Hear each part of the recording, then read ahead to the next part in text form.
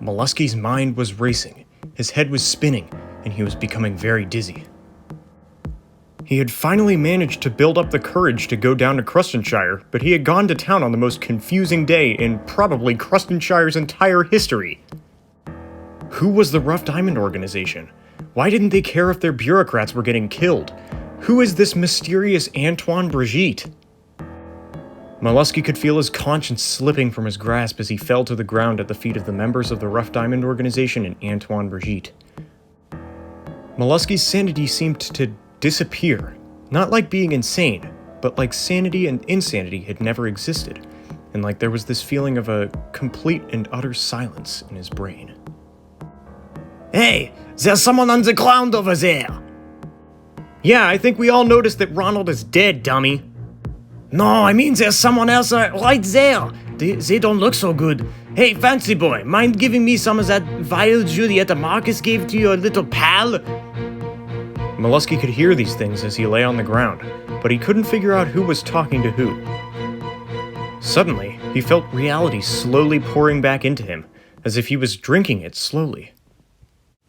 Mollusky slowly opened his eyes to see Antoine crouched over him with an empty vial of the same substance Mollusky saw Julietta take from Ronald's suit and give to Belinda. Mollusky sat up slowly and asked, "What the heck is in that stuff? Belinda Thompson drank it and was instantly healed from being thrown through a window, and now it cures my stress?" That stuff is the No Such formula. It has the ability to return a living being to the physical and mental state it was in 5 minutes into the past when entering a body of any creature, stated Brandy. Though it is useful, it is extremely rare and can only be found in this country, No Such land, so the Rough Diamond Organization only uses it for its elite agents. What? Asked Mollusky and Antoine in unison. How did none of us know about this stuff before? The No Such formula has been kept hidden from the general public so as to avoid corruption, both inside and outside of the country, Brandy admitted. Wait! Shouted Mollusky. I nearly forgot! What is it? Asked Brandy and Antoine. The race, Mollusky said. What about it? Asked Brandy. Mollusky replied, "Sign me up." "That's the spirit!" exclaimed Brandy. "Now, what might your name be, young man with a shell?" The shell!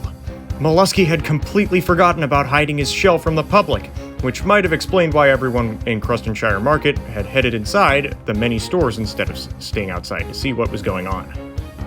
He quickly tried to find the tarp he had been using to keep his shell unseen, but it had flown across the street when Antoine had driven over to the sign-up table to sign up for the race. Mollusky winced, anticipating the terrible screams that were about to be released. "I asked for your name, young man," said Brandy. Mollusky couldn't believe it. No one was screaming. No one was running away. He had finally found people who weren't scared of him. Yeah, my name is, Mollusky stuttered. Yes? Asked Brandy, slightly impatient. It's Mollusky Sluggy, sir, replied Mollusky. All right, and where's your vehicle? Brandy inquired. Oh, right, the car, Mollusky shouted, springing up from the ground where he was sitting. Mollusky quickly tucked into his shell and sped off to the garage he had built. Man, that kid really is something, isn't he? Said Belinda. He's really something stupid, I'd say, replied Julietta in a dry tone. Simmer down, Julietta, Brandy said. Let's wait until he gets here with his invention to judge if he's really something stupid.